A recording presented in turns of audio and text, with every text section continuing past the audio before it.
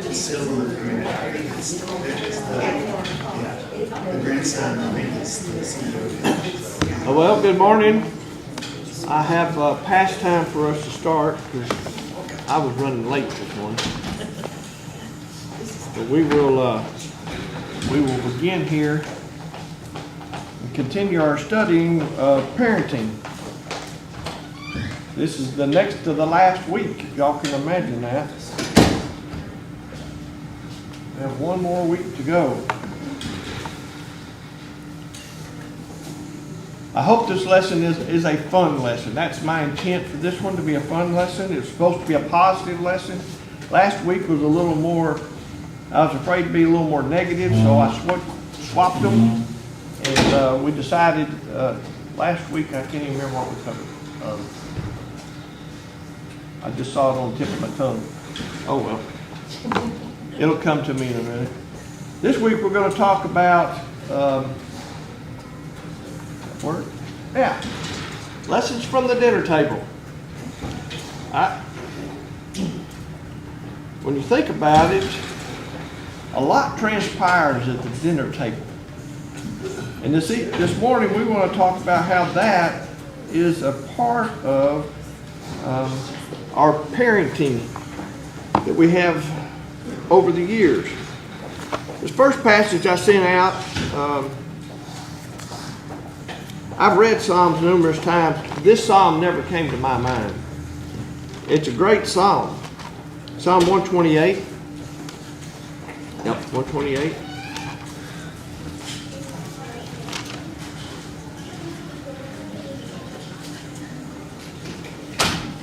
Now I can hear y'all. So, Psalm 128. If I can have somebody read. Peyton, can you read this screen here for us? How blessed is everyone who fears the Lord, who walks in his ways. When you shall eat of the fruit of your hands, you will be happy, and it will be well with you. Your wife shall be like a fruitful vine within your house, your children like olive plants around your table. Behold, for thus shall a man be blessed who fears the Lord. The Lord bless you from Zion, and may you see the prosperity of Jerusalem all the days of your life. Indeed, may you see your children's children. Peace be upon Israel. Okay. I haven't researched this psalm for the full benefit of it, who wrote it and the occasion behind it. But it does talk about the fact that families are coming together and they're eating. We see this picture of a dinner table. The wife is there, the husband's there, the children are there, and what they bring to the table. The wife, it says, is fruitful vine within your house, and children are like olive plants. We think about the olive. What do crushed olives give us? It's oil, and oil to them was very important for light. And so that's the happiness. That's the light side of this. The wife, it talks about the fruitful vine of the house. She's the one that's producing things in the house. And that makes that place a warm, cozy place for us to be. Want to be there. It sets this example here. And it talks about eat the fruit of your hands and be happy. It is well with you. The idea of coming to the house, coming to the dinner table, and enjoying life. Two other passages I'd like to cover as we set ourselves up for this lesson this morning. Hebrews 13:1. Let the love of brethren continue. Do not neglect to show hospitality to strangers, for by this some have entertained angels without knowing it. And I don't understand all that entertaining angels without knowing it. But I think the fact of the matter is that it is a possibility.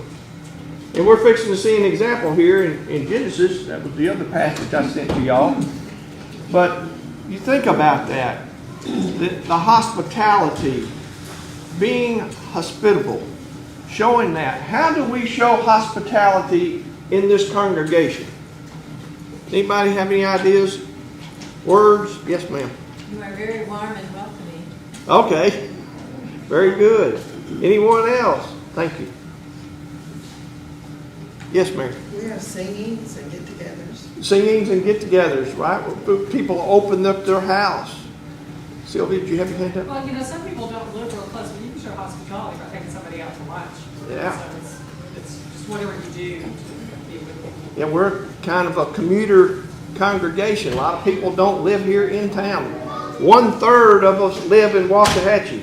And so 2/3 are traveling some distance. And so we will join with one another in a meal outside.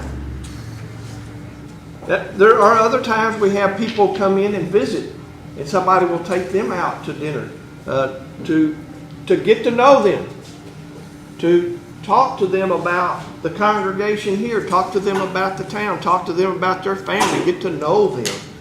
And how do we do that? Multiple times, many times, most of the time, it has to do with food. It deals with food. Calvin, can you read for me Genesis 18:1 through 3 on this slide, and then I'll have Kyle Hand finish the next slide. Now the Lord appeared to him by the oaks of Mamre. Remember, While he was sitting at the tent door in the heat of the day, when he lifted up his eyes and looked, behold, 3 men were standing opposite him. And when he saw them, he ran from the tent door to meet them and bowed himself to the earth, and said, My Lord, I now have found favor in your sight. Please do not pass your servant by. okay, so this is an example. It doesn't mention his name, but it's Abraham. Abraham is sitting in the door of his tent. And what time of the day is it? Heat of the day. Hottest part of the day. Yeah, hottest part of the day. Let's call it noon to 3 o'clock in the afternoon, sometime in there. And these 3 guys are walking out there in the sun. I'm trying to put y'all in the context. It put you in Abraham's shoes or put you in the men's shoes, whichever one you want to be in. And it's hot. And it's dry. And what do you need when you're hot and dry? Kyle, if you'll read this screen for us. Please let a little water be brought and wash your feet and rest yourselves under the tree. And I will bring a piece of bread that you may refresh yourselves. After that you may go on, since you have visited your servant. And they said, So do as you have said. So Abraham hurried to the tent, into the tent of Sarah, and said, Quickly prepare 3 measures of fine flour, knead it, and make bread cakes. Abraham also ran to the herd and took a tender and choice calf and gave it to the servant, and he hurried to prepare it. He took curds and milk and the calf which he had prepared and placed it before them, and he was standing by them under the tree as they ate. Okay, thank you very much for reading, guys. So we see here, Abraham is entertaining what? What's that? The 3 men. The 3 men. It turns out to be angels, right? Because they leave here and they go to Lot, and they help Lot and his family get out of town, and then fire and brimstone falls. So we understand who these guys are some 4,000 years after the fact. 5,000 maybe. Anyhow, what does he offer them? Bread. Sustenance. And what? Sustenance and relief. Water. What else? Relief. How did that? In what form? Wash his feet. Wash the dust. Yeah. Wash the desert dust from their feet. Okay, and then he sets them in a cool place under a tree. Yes, very last verse. He said, Abraham standing under this tree, showing hospitality. And so, what is it that we see in this passage that has to do with the dinner table? Yes, Sylvia. So I'm looking at this. So she's supposed to go get this flour and knead this bread and let it rise and prepare that. And meanwhile, he's making sure this calf gets killed and bled and cut and all the things and then cooked. And then they're going to eat. And so, when I think it's too much trouble to have somebody over, I can go to the grocery store and buy those chicken breasts that are already, whatever. And I can buy vegetables that are already cut up. And so I got nothing on these people. Very, very good, Sylvia. And we'll expound upon that. Very good observation. Yes, sir. had a very similar thought from the same perspective, and that's that this was no quick and dirty meal. It wasn't a bologna sandwich and a can of Coke. And that would be enough, you're right. But this took a couple of hours. I mean, they slaughtered the calf, they took the time to cook it, and making bread. Yeah. Who can break bread in 15 minutes here? No. So he entertained them for a couple of hours. So how long does it take bread to rise just to get it ready to cook? You're talking 2, 3, 4 hours, something like that. So when he entertained and showed hospitality, he committed to a length of time, did he not? And it was the heat of the day. So the bread rises faster, by the way, the heat of the day. I think we see here a lot of things that come around. Do you think that whenever he ran and got the calf and the bread was rising, he just let those 3 guys talk by themselves? I imagine there was some communication there, was there not? Where are you going? What are you doing? Where did you come from? How old are you? How much money do you make? I don't know. Whatever kind of questions you're going to ask these 3 people that you've never met before, what kind of conversation are you going to carry on? We tend to try to find out things, do we not? We try to teach. Hey, you know, if when y'all leave here, you said you're going down this way, okay, 3 miles and you turn left, you go 200 yards, there's a water hole there. You know, so we educate. We can transmit information and educate. Anyone else have a comment here? The biggest lesson, I think, from the dinner table was that they predicted the birth of Isaac. Okay, yeah. They did in this passage. Yeah.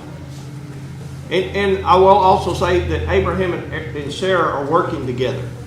I do want to point that out. They're working together. Okay. How about the parallel to what Jesus did the night before he was taken to the cross? He washed feet. And the whole idea is that that's what we're called to do. That's what we're called to be. To serve. To be like Christ. Thank you very much. Lesson from the dinner table. I have 6.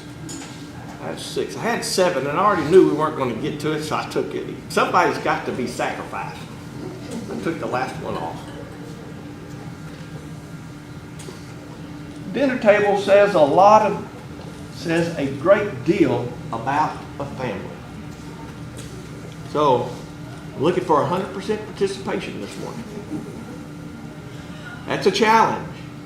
Who in here has a dinner table in your house?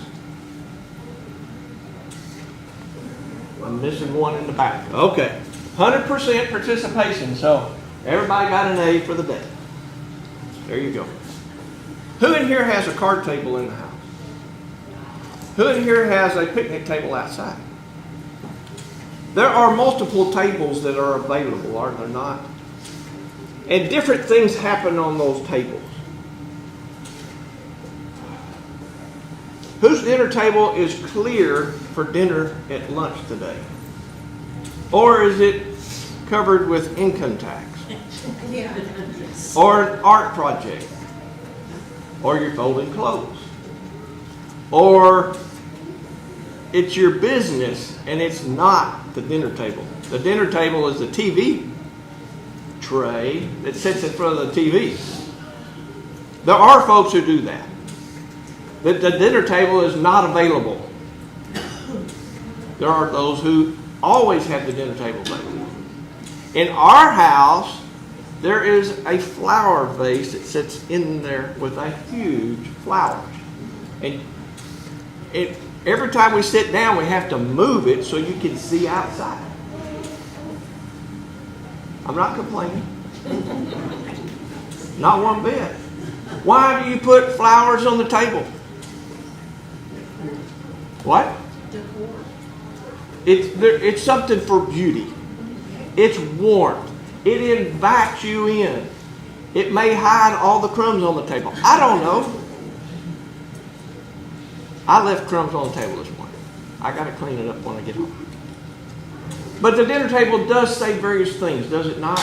It says something about when you walk into somebody's house and you can't sit at the dinner table, it tells you something. You come to somebody's house and you visit, and there's a card table with crafts on it. It tells you something about that individual. You go to the house, and there are times that income tax take up our dinner table, and we have a big one. It's 8 foot diameter. It's round. And I get all the sofa, and I use the floor. And so it teaches things also. Who in there has never, talk about 100% participation here, who in here has never set the table? Put the forks and the knives or placemats or plates or cup or anything on there. See, 100% participation. Or nobody participated. Everybody's done that, right? We have to prepare that. It's a teaching moment. Which side did the forks go on, by the way? Left. Left. Okay. See, it's My mama taught me. There you go. Right, 5 letters and 4 letters. there you go. Some of them it's on the right. You got knife, you got fork, knife, spoon. I don't know. There you go. It could be the other way. It talks about the family. Traditions that are carried on in the family all occur around the kitchen table. Kitchen table, dinner tables speak a lot about a family. A dinner table is a place of cherished memories. I'm the teacher, I get to go first. If you have a memory, I'll be happy to entertain that, by the way. So be thinking about it. You got to listen to mine first. So when we were growing up, Oak Cliff, Texas, we had a 2-bedroom house. It's a wood frame house. You know, it doesn't have concrete. It's the old style. Built in the 50s, late 50s, but it was built in the 50s. No air conditioning. No air conditioning. We had one of those sump pump, you know, that pumps the water up and evaporated cooler. Yeah. And it was in the kitchen. I mean, the dining room. I'll get this bit out. It's in the dining room. Have a window.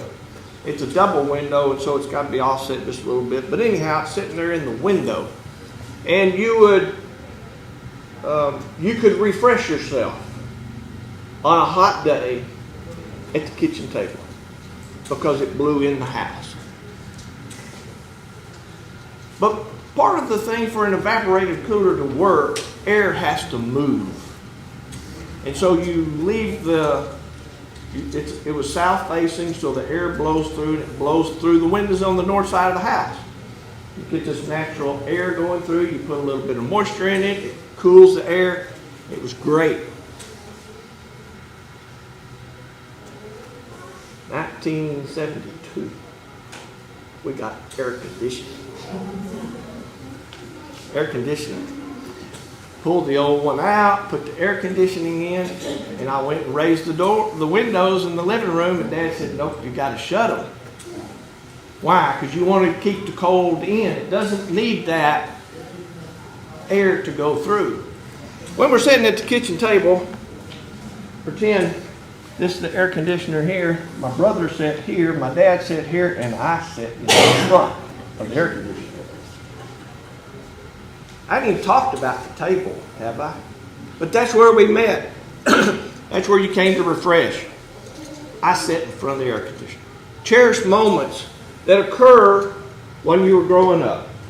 Art projects. My dad, he did those for school. You know, you had the banners. It's the gold Jets. We were the Jets, by the way. And he had silk screen. And he would put those on there so we could take them to school and they could raise $2, $3, $4, $5. Art projects happen there. Cherished moments that occur. I'll ask you, does anyone have a cherished moment you'd like to share? I've got 3 more in case if I don't run out of time. Yes? When we were young, they were painting, around the windows and things like that at our kitchen table, sat in front of a window. And my mom had fried chicken that night. And we were sitting there, we had removed the screens and everything, she started just throwing the chicken bones out the window. And that was just hilarious. And we had fun. Yeah. A cherished moment. Yes, great. Cindy? Okay. And what I remember, which was unusual, my grandmother would have everyone over from Tyler and everybody to come to Kemp to have Thanksgiving. And she had this big round table in the dining area. And what I found unusual was the men all sat around the table, the women sat in the kitchen, the kids just whatever, wherever they could find a place. It happens in a lot of families. Yeah. Very, very good. In Luke 15, chapter 15, verse 22, but the father said to his slaves, okay, this is the story of the prodigal son. Jesus is talking about the prodigal son. His son has returned. He's been watching him, and he meets him as he returns. He puts on the robe. Quickly, bring out the best robe and put it on. Put a ring on his hand and sandals on his feet. And bring the fatted calf, kill it, and let us eat and celebrate. Why did he eat? Because this kid finally came home. It's an easy question. He was overjoyed. Yes, go ahead. It's a celebration. It was a celebration. And where did they celebrate? Around the kitchen table, around the dining room table, out in the front yard. I remember growing up, y'all went to Kemp, we went to Center, Texas, where my grandfather would have a family reunion. We all got there. One of two things happened during the family reunion, besides all that eating. One is either you had ice cream with the old hand turn thing, or you had watermelon, where it runs down your elbows. Both of those do not occur in the house. By the way, there wasn't enough air conditioning to air condition all those people, so you spent the whole family reunion outside, under the trees, refreshing yourself. You think about those times. I was one of the oldest of the grandsons and great-grandsons. And y'all remember the rule. Kids are to be what? Seen and not heard. Seen and not heard. How do you quiet down a kid? Give him ice cream or give him a piece of watermelon. And you sit there and you listen to the old men tell their old stories. I've got 100 of them memorized because it was told year after year after year. And that catfish got bigger and bigger and bigger. The rows got longer and longer and longer. But the stories are there. It was an education time. Not to teach you how to tell bigger and bigger stories, but to tell you about what happened in their life, what they learned, what they decided they didn't want to do anymore, what they decided really was fun, and pass that information on to us. Cherished moments. Number 3. Dinner time provides a time to teach.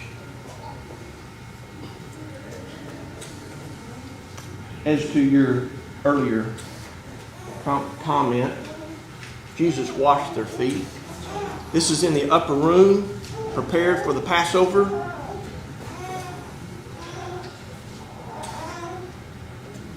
Who did I call on?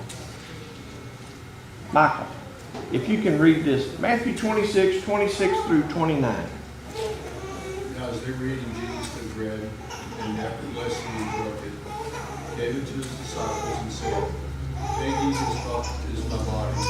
And he took the cup, and when he had given thanks, he gave it to them, saying, "Drink of it, all of you, for this is my blood of the covenant, which is poured out for many for the forgiveness of sins.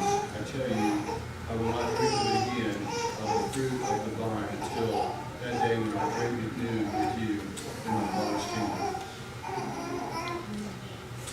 Y'all remember this? Anybody ever read this before? Where were they?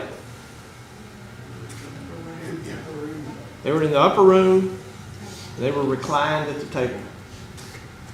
And he takes that time to teach them something. Something that we all know. Something we do every week. That was to remember Jesus and what he was about to do. This was on the front end about what we do on the back end of Christ's death, burial, and resurrection. And he took time to teach them about this new event that's going to happen that helps us to remember what Jesus did for us. How long do you think that took for this passage to occur? You can't get the answer wrong. What? Quite a while. Took a while. You would have probably not pushed it. Yeah, I'm thinking this is at least a 10-minute deal. There's a lot more in here that occurred than what the writer wrote down. Jesus may have entertained some of their questions. He might have expounded upon that. Eat, this is my body. He's already mentioned earlier in his travels and his ministry that you can't be a part of me unless you eat my flesh and drink my blood. So they've already heard that once before. But he sets a precedence here for them of what that's going to happen and what that's going to mean. And earlier in this passage, we don't have time, it said that he was eagerly looking forward to this day to eat the Passover with them. Because he was looking for this teaching moment. Teaching moment. Teaching occurred around the table. Yes. I think there's an interesting parallel here. You see in Abraham, he stood by while they ate, and Christ was there with us. And that, I think, emphasizes the personalization type Christ brings. I mean, we're right in the throne room. And with Abraham, he did the honoring of them, but he stood to the side. Right. Very good parallel and contrast you draw there. You know, when we eat this here in just an hour or so, Christ will be among us. We're in fellowship with him. We're in fellowship with him. So the dinner table, thank you very much. Dinner table provides a time to teach. It's for little boys to learn to be godly men. Think about that. We gather around the table. Do you gather around the table so you can teach your boys to be godly men? That may not be your intended purpose. You don't wake up in the morning and say, okay, I've got to mow the yard and sit around the table and teach my kid, my young man, he needs to be a godly man. And we don't necessarily do that, do we? As a thing that we do on a daily basis. But you think about it. These young men, these boys, learn to lead others in prayer. You have that opportunity to help them learn to lead a prayer. Where do they learn it? It's at home. It needs to be at home. Who's going to teach them that? Dads teach them that. Dads teach them to be spiritual. Dad teaches them to lead. Dad teaches them to pray to God. They begin to set this example of what a godly man is going to be.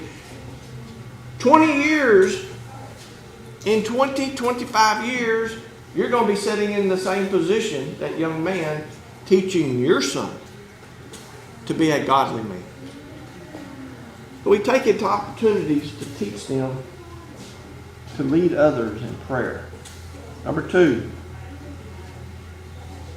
it's a time for little boys to learn to be taught to respect and honor their mothers.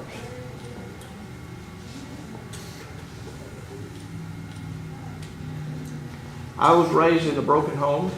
My dad raised us. We didn't have mom around. Didn't get that opportunity.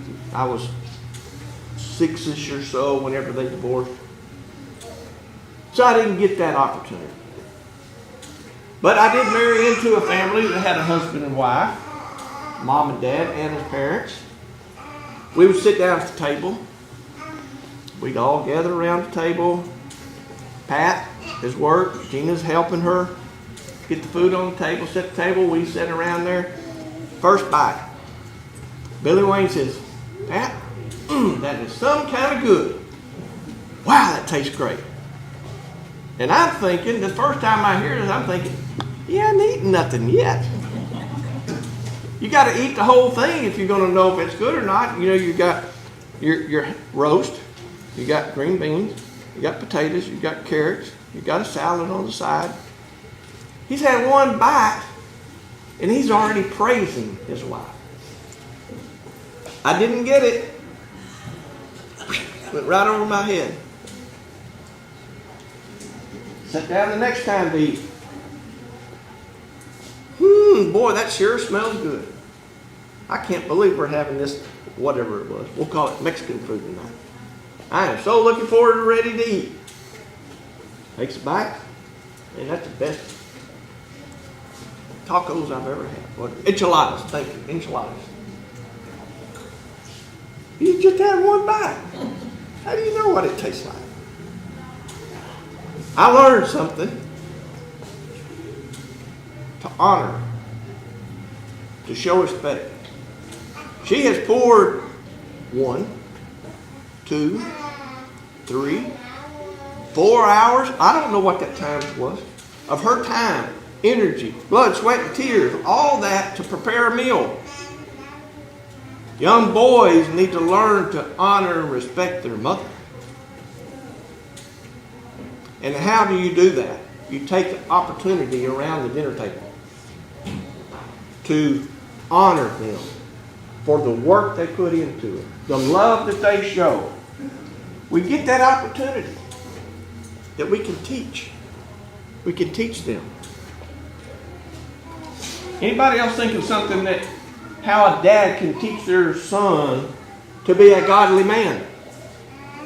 Sitting around the table. I gotta move on so quickly.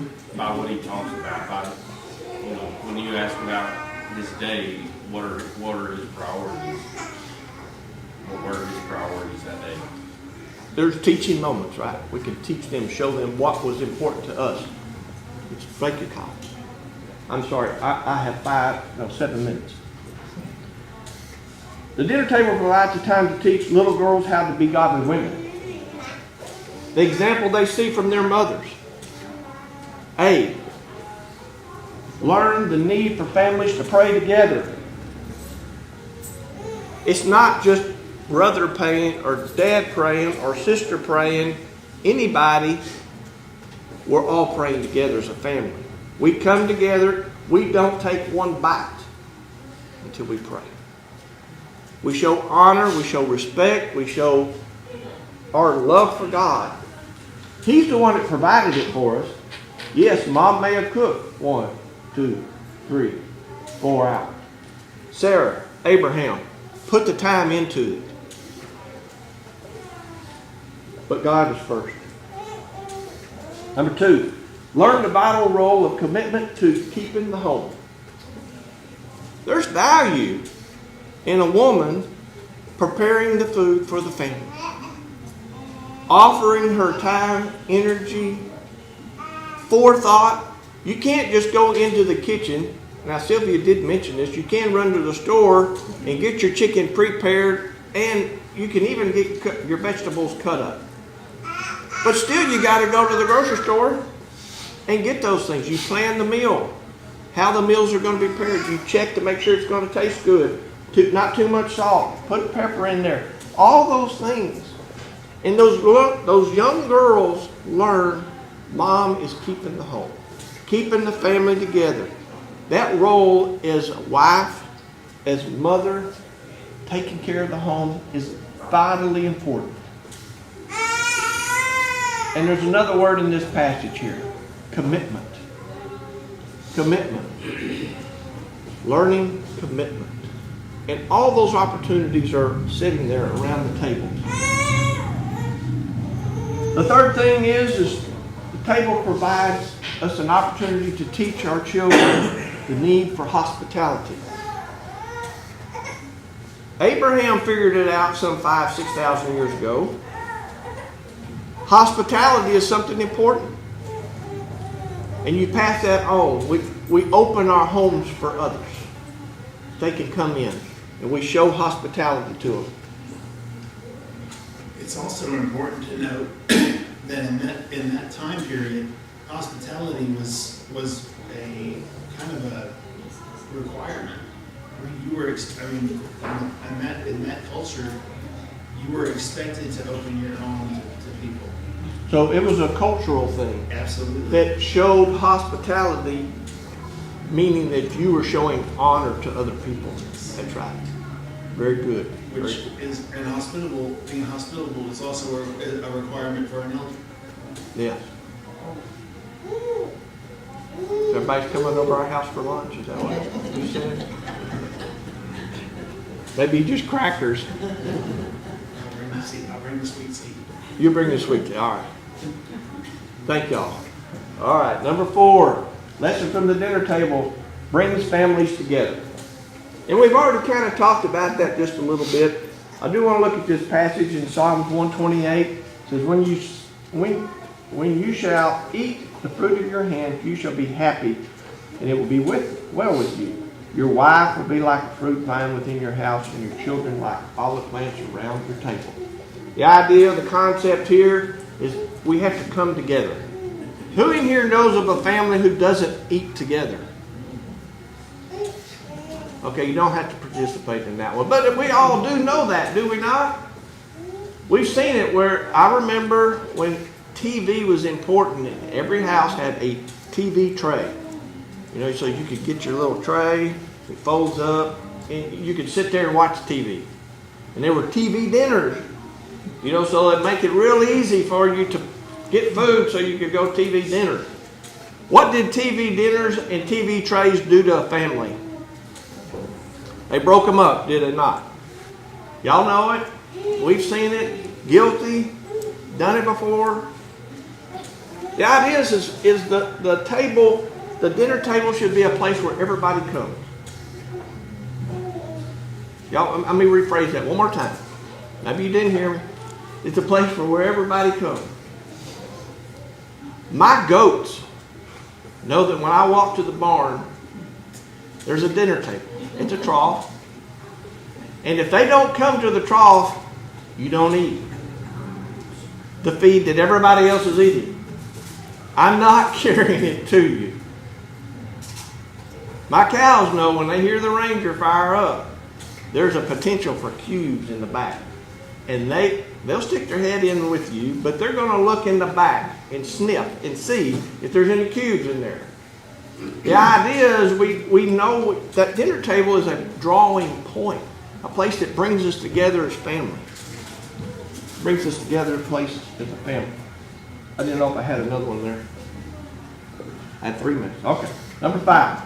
The dinner table is a place and a time to weed, like Kyle was just saying. You get to ask about their day. Matthew 13:22. In the parable of the sower, number 3 of the 4 fields that the seed fell upon, it says, and to the one whom the seed was sown among the thorns, this is the man who hears the words, and the worry of the world, the deceitful of wealth, choke out the word, and it becomes unfruitful. The potential for unfruitfulness is there. The potential for being choked out is there. So mom and dad, close your ears. Can't hear you.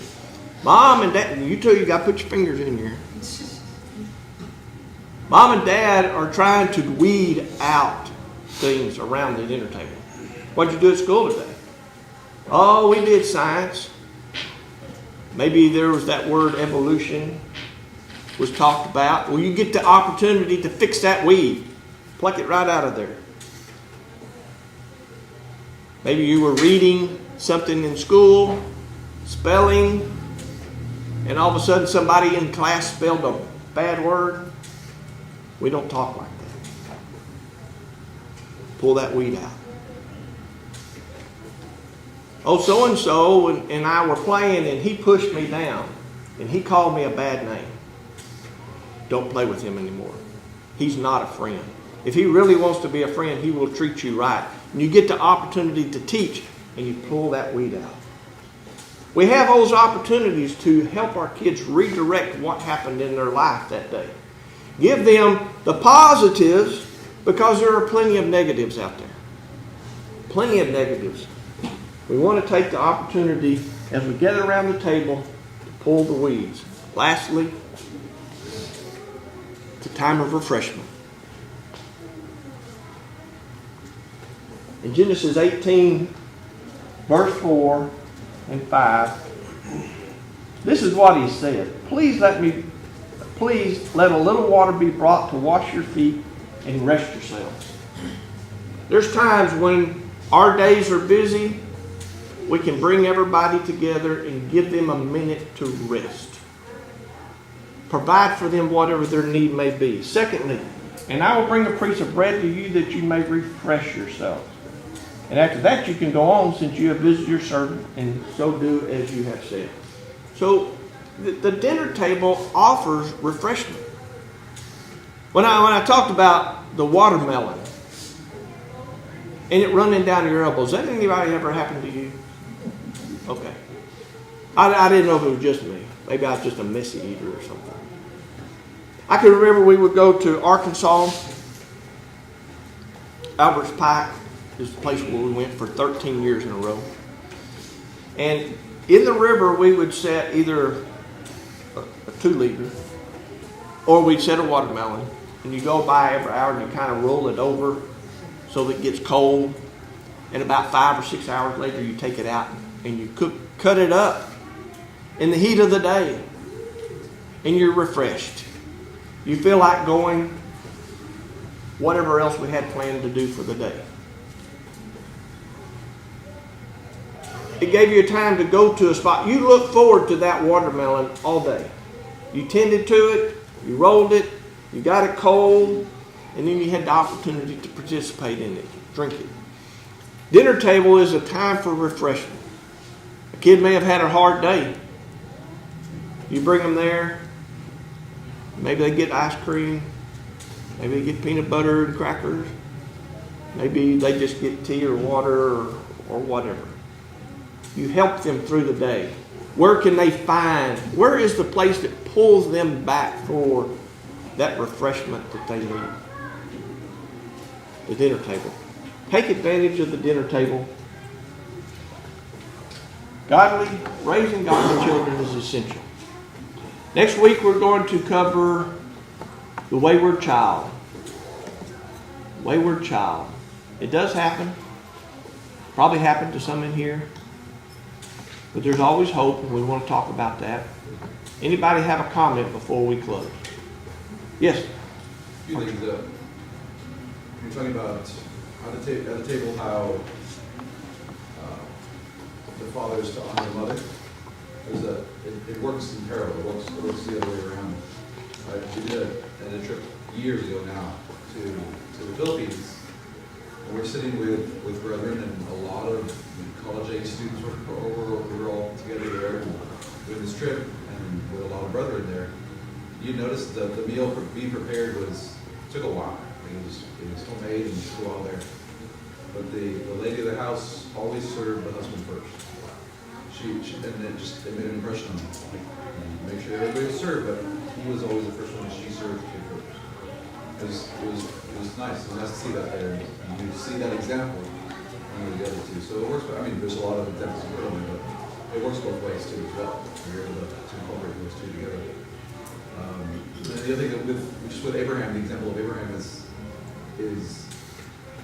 he didn't say, oh, I don't got anything, but you want to come and just hang out. Like they had the resources already to invite people in. Being able to have the intentionality to go, we're going to go grocery shopping, but we have an abundance of things that we're able to pull anybody in at any time to be able to take care of those that are around us. That kind of that's seems, it's interesting to me. It's the same idea of the Good Samaritan out of there. He had the resources to take care of people around him. Abraham had the resources to do so, and to do that, just being ready for what comes, not just not scrapping something together. Although it seems that way, but he's got the stuff to put together that way. Be prepared. Be prepared for that. Prepared to show hospitality. In 1 Corinthians chapter 6, I just thought of this. In 1 Corinthians chapter 6, there was a wayward brother. And what were they told not to do? Don't eat with him. What? Don't eat with him. Don't fellowship with them. Don't even eat with them. It only can be powerful if you've done it in the first place. The idea is to win the brother back. It's not that you can't feed him. The idea is you want to have in place a way to bring the brother back. That's what he's talking about. Yes, Al. I was just going to go back to your point 4 about being together at the kitchen table. It's a time also to celebrate family, celebrate birthdays, and it gives the person a sense of connection, a sense of belonging. And it's like a faithful presence. And when they're not there, when your family's not together, when they're kids, you can have them all there. But later on, you can have get-togethers, some live far away, they can't be there, so you miss that. But I have read somewhere that in Scripture, the table is, as a symbol, is a place where God dwells and provides for His people. And so He provided for Adam and Eve. Jesus fed 5,000, fed 4,000. And so it's Good. It's all a Good parallel. Thank you. God. Yeah. Anybody else have a comment? I could go on, but we are out of time. Thank y'all very much. We'll see you next week.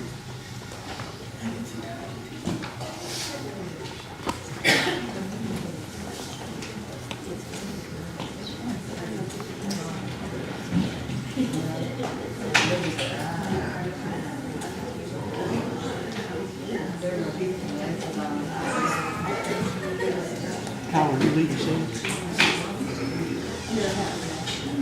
How will you lead the scene? Yeah. Okay.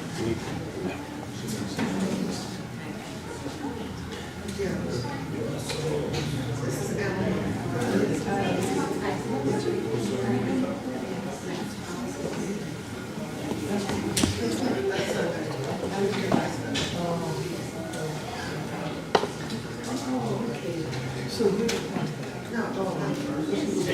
After that, she keeps her grandchildren.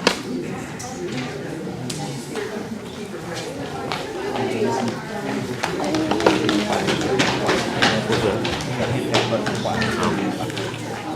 There we go.